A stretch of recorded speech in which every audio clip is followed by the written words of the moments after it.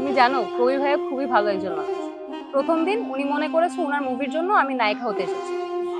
তারপর তো কি বকা ঝকা, কেন এসেছি, কি করতে এসেছি, এখনই বেরিয়ে যান। পরে উনি ক্লিয়ার হয়েছে ব্যাপারটা। ও ভাইয়া, আরেকটা কথা, তুমি না অ্যাক্টিং করো, কবির ভাইয়াও তো এই লাইনেই আছে। তোমাদের না একদিন পরিচয় করিয়ে দিব, তোমাদের বেশ জমবে। আচ্ছা, ওইটা দেখা যাবে। আহ, শোন, আমি আমি এখন যাই, আমার ফোনটা রাখতে হবে। আম্মু অসুস্থ, আম্মুর দেখাশোনা করতে হবে।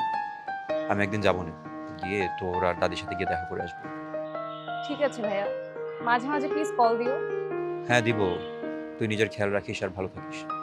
বাই।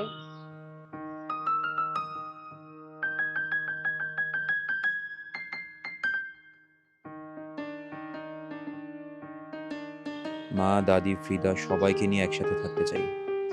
কিছু একটা করতে হবে। আমি আমি আর সময় নষ্ট করব না।